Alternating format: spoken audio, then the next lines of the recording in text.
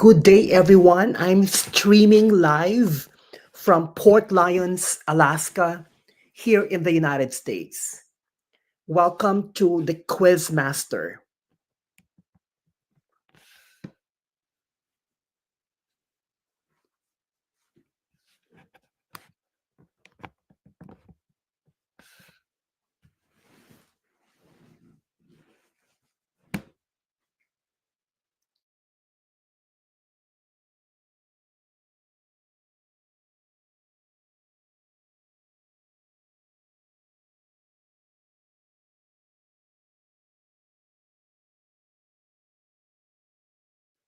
Again, today is December 6th, 2024, here in the United States. In the Philippines, it's already December 7th, right? December 7th.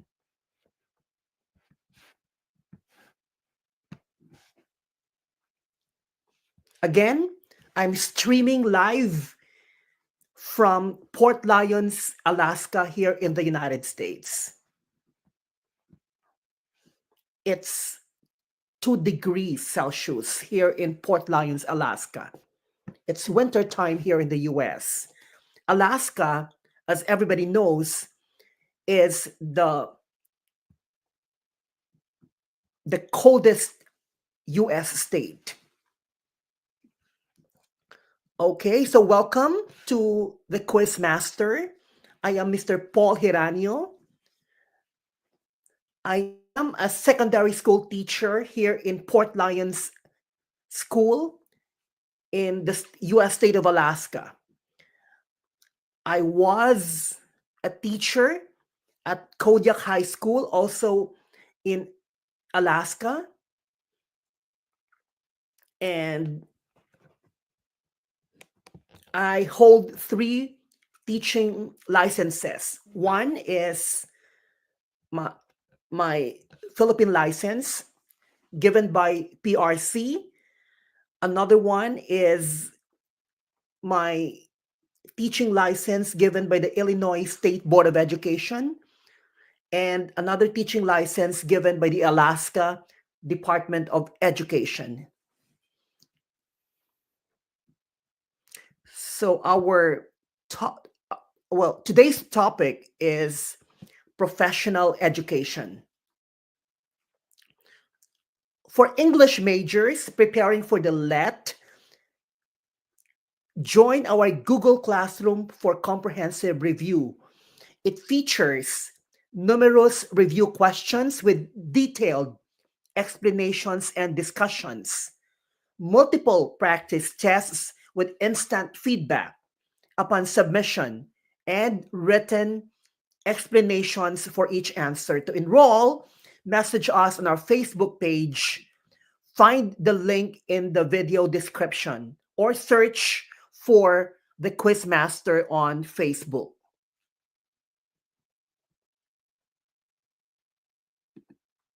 Again, this is our live review class. Today's topic is professional education. Today is December 6th, 2024.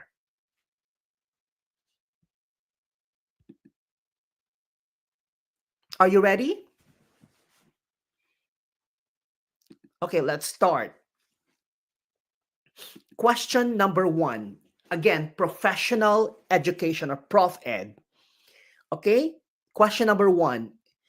During a lesson, a student starts throwing paper balls. How should the teacher respond? A. Join in the fun to engage students. B. Stop the lesson and address the behavior immediately. C. Move the student to a different seat. Or D. Wait until the lesson is over to discuss it. Again, during a lesson, a student starts throwing paper balls. How should the teacher respond? A. Join in the fun to engage students. B. Stop the lesson and address the behavior immediately. C. Move the student to a different seat. And D. Wait until the lesson is over to discuss it.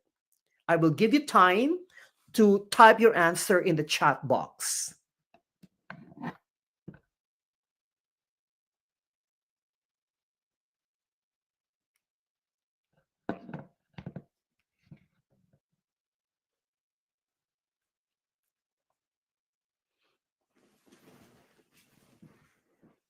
Okay, the correct answer is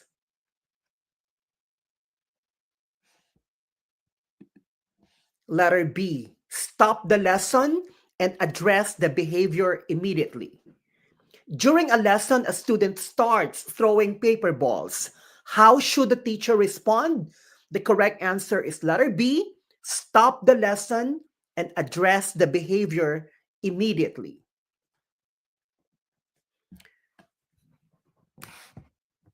Again, the correct answer is letter B. Stop the lesson and address the behavior immediately. Well, because it is crucial to maintain an orderly classroom environment where learning can effectively take place.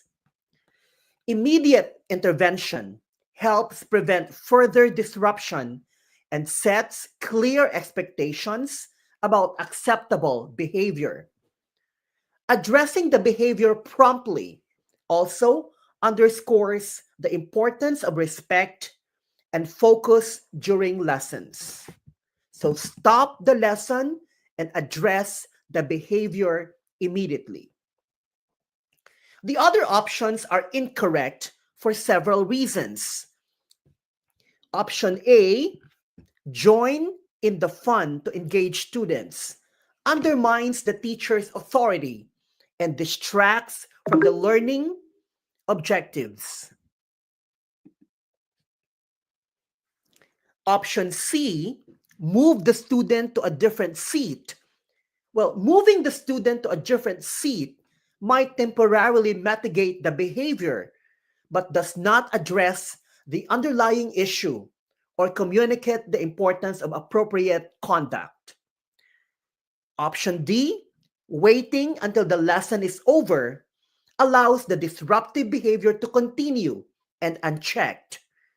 To continue unchecked, rather, potentially encouraging similar actions from other students.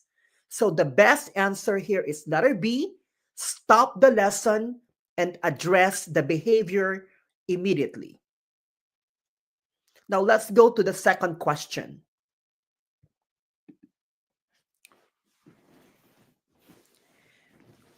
Which part of the brain is involved in speech production? A, Broca's area. B, Wernicke's area. C, olfactory bulb. D, hippocampus. Again, which part of the brain is involved in speech production? A, Broca's area. B, Wernicke's area. C, olfactory bulb. D, hippocampus. I will give you time to write your answer in the chat box.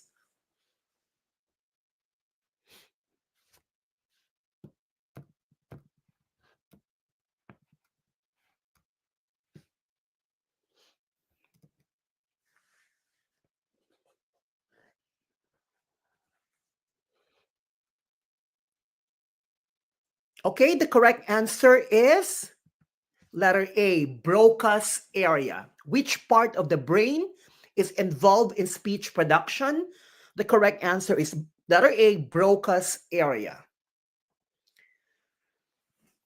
Well, the correct answer is Broca's area because this region of the brain is primarily responsible for speech production. Located in the frontal lobe of the dominant hemisphere, usually the left, Broca's area is involved in language processing, enabling rather the formation of coherent speech. The other options are incorrect for the following reasons. Option B, Wernicke's area, is associated with language comprehension rather than language production.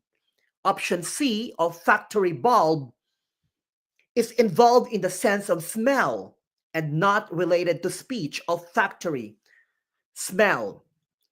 Option D, hippocampus, is primarily concerned with memory and spatial navigation, not language or speech production.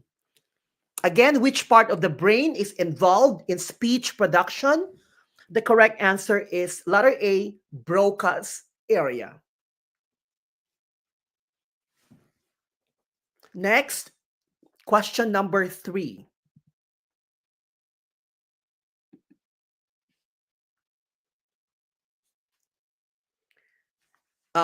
The third question has something to do with curriculum development.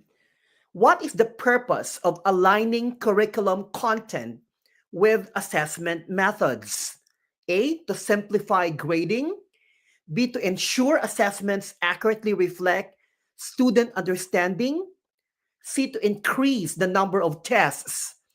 Or letter D, to standardize all student responses. Again, what is the purpose of aligning curriculum content with assessment methods? A, to simplify grading. B, to ensure assessments accurately reflect student understanding. C, to increase the number of tests. And letter D, to standardize all student responses. I will give you time to type your answer in the chat box.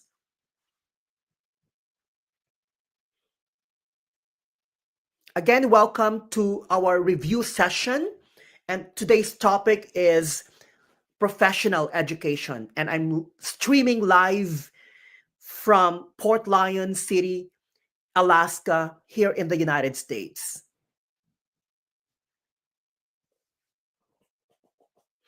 Okay, the correct answer is letter B, to ensure assessments accurately reflect student understanding.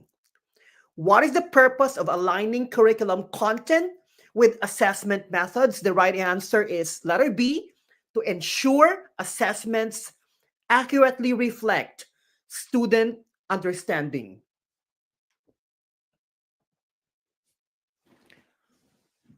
Para masigurado na ang assessments ay talagang nagre-reflect sa student understanding dahil ang pag-align ng curriculum content with assessment methods ay tumutulong sa pag-measure kung talagang naintindihan ng students ang material na itinuro. Ang alignment na ito ay nagsisiguro na ang assessments ay relevant at direktang konektado sa learning objectives.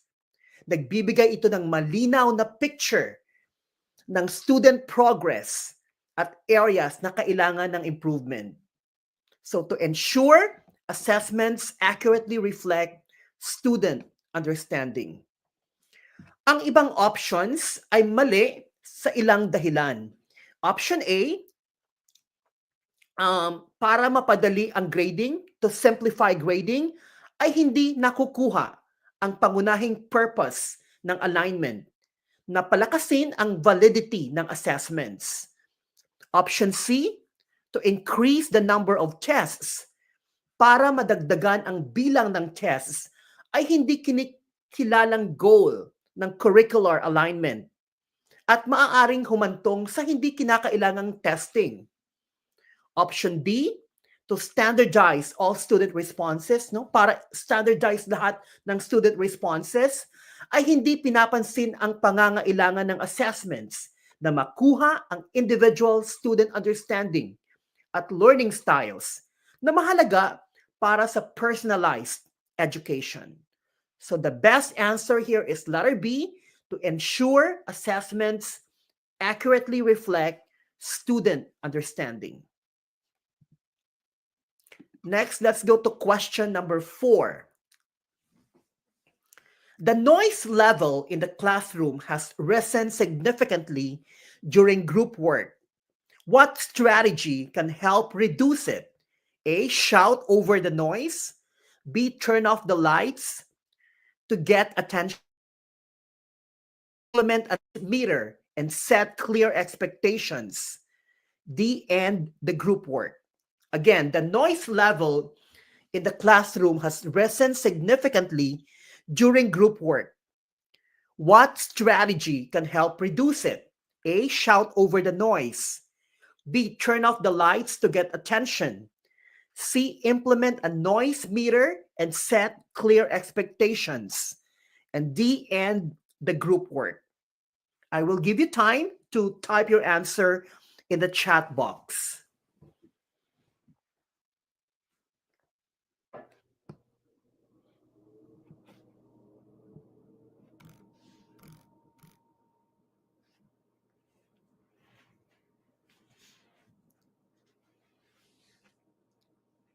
Okay, the correct answer is letter C. Implement a noise meter and set clear expectations. Again, the noise level in the classroom has risen significantly during group work. What strategy can help reduce it? The correct answer is letter C. Implement a noise meter and set clear expectations. This is question number 4. Well, dahil ang strategy na ito, no, implement a noise meter and set clear expectations. Ang strategy na ito ay nagbibigay ng visual at auditory cues na tumutulong sa students na i-regulate ang kanilang noise levels. Here in the US, in our classrooms, we have this application that determines the level of noise in the classroom. Ang pag-set ng clear expectations para sa acceptable noise levels bago magsimula ang group work ay nakakatulong sa pagpapanatili ng learning environment na conducive habang ang noise meter ay nagsisilbing constant reminder para sa students na i-adjust ang kanilang volume. Ang ibang options ay hindi epektibo o counterproductive. Option A, shout over the noise. No, ang pagsigaw ay maaaring magpalala ng sitwasyon at mabawasan ang otoridad ng teacher. Option B, turn off the lights to get attention. Ang pagpatay ng ilaw ay maaaring pansamantalang makuha ang atensyon ng students, pero hindi ito tinutugunan ang ugat ng noise issue o nagpo-promote ng long-term behavioral change. Option D, and the group work. Ang pagwawakas ng group work ng maaga ay maaaring maiwasan ng ingay, pero nasisira din ang mahalagang collaborative learning opportunities. So the best answer here is letter C, implement a noise meter and set clear expectations. May mga applications that you can use online for free.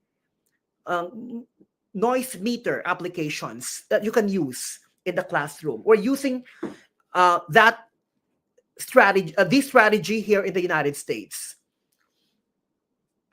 Next, question number 5. What is the primary goal of ESL instruction? ESL is English as a second language.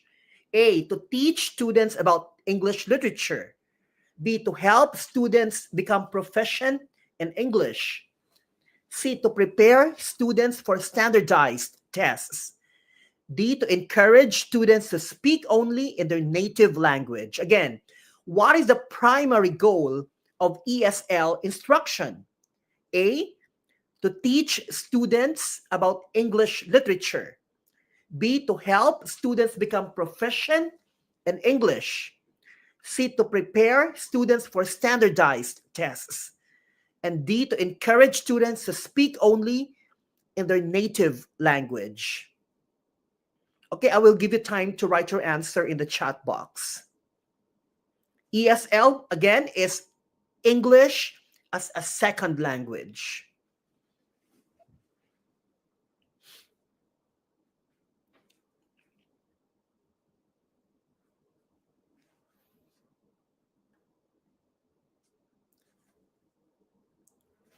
Okay, the correct answer is letter B, to help students become proficient and English? Well, because the primary goal of ESL, English as a second language instruction, is to develop the language skills necessary for students to communicate effectively in English.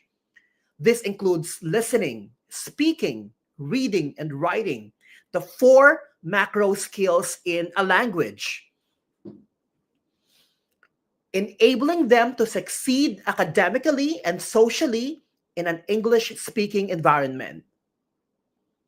The other options are incorrect for several reasons. Letter option A, teaching students about English literature, might be a component of ESL instruction, but is not the primary goal. Option C, preparing students for standardized tests, is a secondary objective and not the main focus of ESL. And option D, encouraging students to speak only in their native language, contradicts the aim of helping them acquire proficiency in English. So the right answer here is letter B, to help students become proficient in English. That is the primary goal of ESL instruction.